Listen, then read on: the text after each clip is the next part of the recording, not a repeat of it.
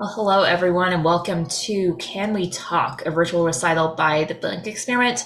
I'm Danielle, I'm the harpist. I will be handling the tech, so I'm going to be mostly starting and stopping the pre-recorded video. So I'm going to pass it over to Michelle to introduce you all, or welcome everyone. Yes, welcome. We're so glad that you're joining us for our pretty much our second installment of our virtual recital. If you're able to join, the last one we did was Moon Dances. And this one is Can We Talk, which is basically our second installment from recordings that we did over the summer at Grove Studio in Ypsilanti, Michigan. Um, Basically, a lot of these pieces, we have some old, some new. We kind of have a little nostalgic flair, and we hope that you enjoy. We have included a PayPal link if you are able to make any donation. If not, no worries, but we do appreciate any contribution to help us. So I will be jumping in to introduce each piece before we play them. So the first one, Francois Rosse's Seaodie III, is a piece that we did actually at our first ever The Blank Experiment concert back in 2017 at Michigan State. It is a very, very underplayed saxophone and harp work. It's about 3 minutes or so in length. Francois Rosse has, as the name suggests, 3 different versions of this work. What I always find very interesting about this piece, there's a version for saxophone and piano, there's a version for saxophone alone, and then there's a version for saxophone and harp. The saxophone part is identical for all of them. The piano and harp parts are identical, and then the unaccompanied version obviously doesn't have any sort of accompaniment to it. Very, very interesting work. Very underplayed piece. I remember when we were first programming it, we were not able to find any recordings. I've reached out to the composer and he was never aware of any recordings. So thought we would bring it back to play it and kind of rejuvenate it and bring it back into our repertoire. So hope you enjoy Francois Rosse's Seaodie III.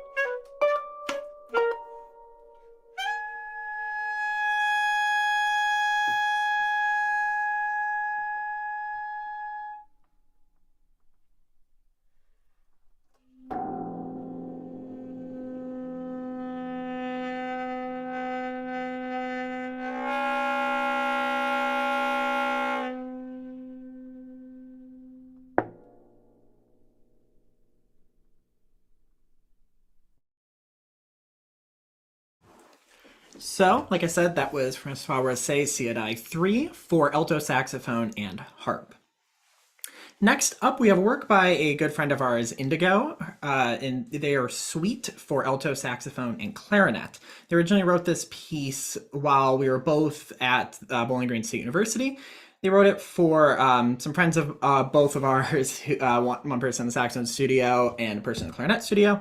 So when I initially heard the piece, I remember going up to Indy right after the performance and saying that we wanted to play it. And we programmed it pretty quickly afterwards. It was around the time that we were working with MCI, the Millennial Composer Initiative, and we wanted to throw a couple of pieces on there that we had not done before. So we ended up throwing Indy's piece on there. It was a very, very nice experience getting to play it at the University of Michigan, and we very recently realized that we didn't have a recording of our performance of it, and we actually hadn't done any sort of virtual performance of it. So we thought it would be nice to throw it on this little virtual series and kind of share it some more. It's a very nice 5-movement work that kind of goes through some different emotions. So hopefully you enjoy Indy's piece, Suite for alto saxophone and clarinet.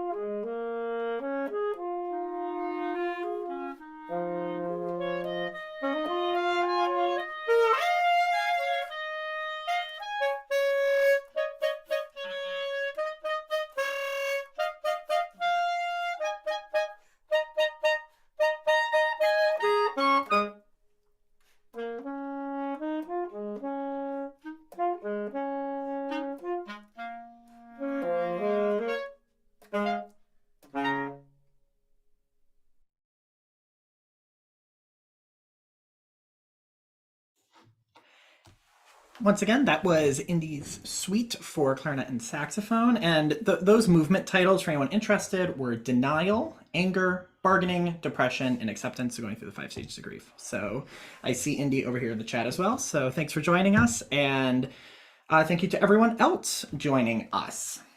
Speaking of people who are in the audience right now, our next piece is by Everette Minchew. Anyone who's been to any of our programs before is very familiar with Everett's music. We are been very fortunate to work with him a lot in the past. And this is a piece that is new to our repertoire. His open piece number 6. Everette has a lot of different open instrumentation works, and we thought that this would be a nice take on this one. For anyone who knows me specifically, I love the tenor saxophone very much. I don't think this comes as a surprise to anyone, but I remember first coming across to Everett's open piece number 6 because it's a work for solo bassoon or tenor saxophone or baritone saxophone with any sort of ensemble. So I thought taking it in this more chamberish setting would be very interesting. So our instrumentation is myself on the solo tenor saxophone line. And then we have Danielle, Ava, and Michelle playing harp, oboe, and clarinet, respectively. They weren't switching around instruments for this. So without further ado, I hope you enjoyed Everette Minchew's open piece number 6.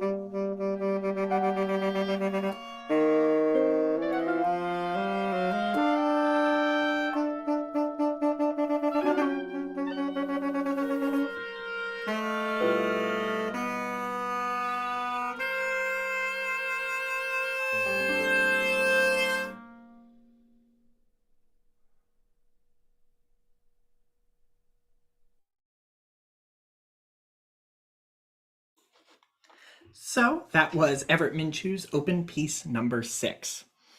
So before I move on to the next piece, I'm just curious. I see a lot of names in the chat that I do recognize, but I also see some names that are new to me. So where's everybody coming from? Where's everybody tuning in from? I think we would all love to see that. We'd all love to hear that. But thank you all for engaging in the chat. Thank you all for your kind words. So glad you guys are enjoying the performance so far. So moving on to our next work, a piece by Lett. So this piece actually came to us during our residency at Bowling Green State University's Precepta Mini New Music Festival. And it was a couple days before the actual festival was starting, and one of the saxophonists who was supposed to play a different piece actually got injured, and I hopped in and played with one of the oboe players at BG, and we played this work. It was so much fun getting to do that, and it was great getting to meet Aaron. I think we had kind of known each other through social media, but it was great getting to actually play some of his music. And right after that performance, I thought it would be great to program that for the blank experiment thing. So here we are. So this piece also comes in 5 movements: her side, his side, miscommunication, interruptions, and reconciliation. So in this piece, which is for tenor saxophone and oboe, you kind of hear different, each instrument kind of taking its own role in an argument setting. So this piece, Can We Talk, is also the title of the entire recital. It is a very, very, very nice piece. It's been great getting to play with Ava. It's been great getting to play it a couple of times now, and we're so glad we have the chance to record it for everyone at home to see. So, without further ado, I hope you enjoy Lett's Can We Talk for oboe and tenor saxophone.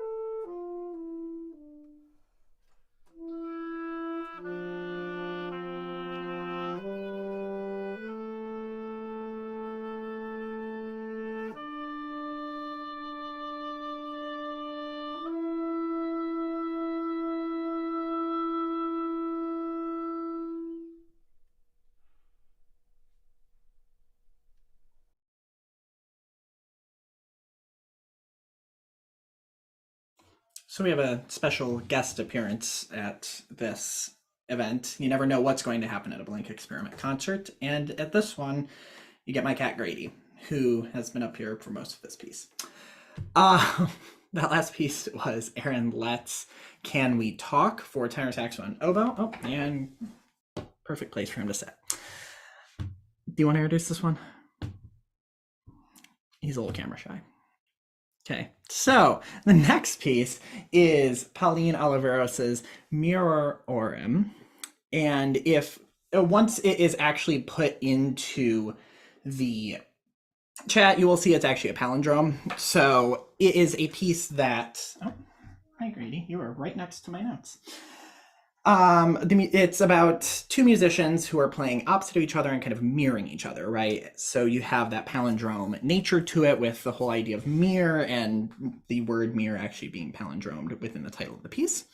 So, does anyone want cat ASMR instead of contemporary music? All right, Grady. I will pick you up in just a minute. Anyways, so Pauline Oliveros wrote this work for any two instruments. It was actually a piece written for my undergraduate saxophone teacher and John Sampin and his wife slash pianist slash composer slash incredible, awesome human, Marilyn Trude. And they've played it for alto saxophone and piano, and I thought it would be nice to kind of take this and have it in a couple different arrangements within the Blink Experiment. So if you were at our last recital, we did it for harp and oboe, and in this you will hear it for harp and clarinet. Again, totally improvisatory piece, very, very interesting short work, and hope you enjoy Pauline Oliveros's Mirrorrorrim.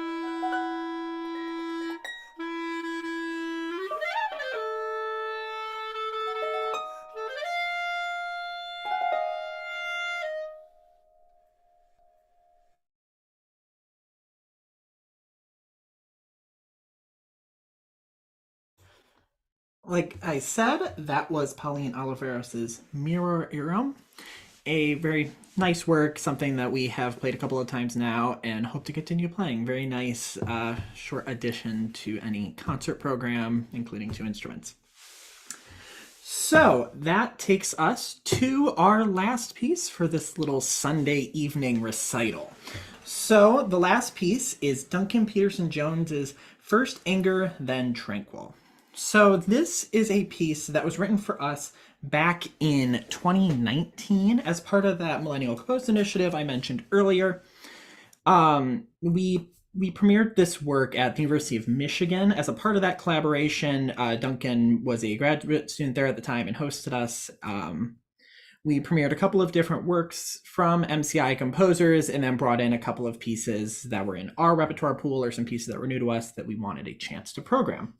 So this was a piece that we premiered back in 2019 and we haven't really had a chance to play again. So we thought it would be nice to dust it back off and program it for this concert. This is a really, really nice piece that, as the title would suggest, kind of takes you through a lot of different emotions, kind of a theme of this recital, believe it or not, where it will take you from anger to tranquil. It has some very nice, beautiful melodies, as well as some really angry, aggressive parts. This work is scored for tenor saxophone, B-flat clarinet, and harp, our instrumentation that we had back in 2019. So I hope you enjoy the final piece on the program. And after the program, stick around. Ava will be talking a little bit and just kind of just talking a little about what's coming up for the blank experiment. So hope you enjoy Duncan Petersen-Jones's First Anger, Then Tranquil.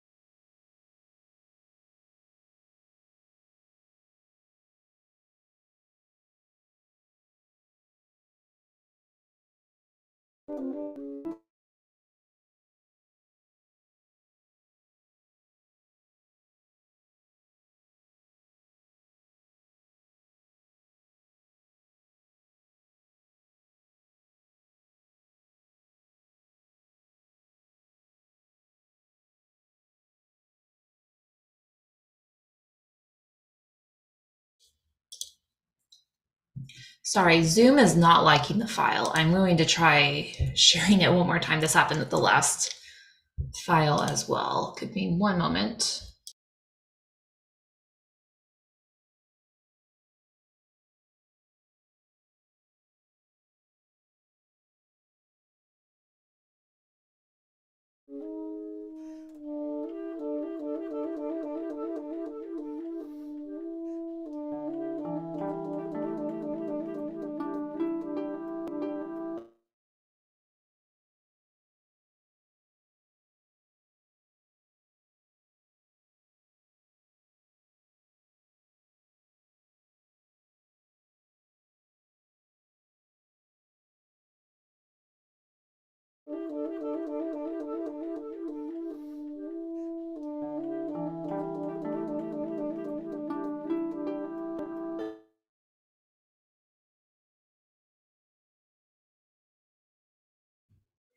Danielle, you're muted.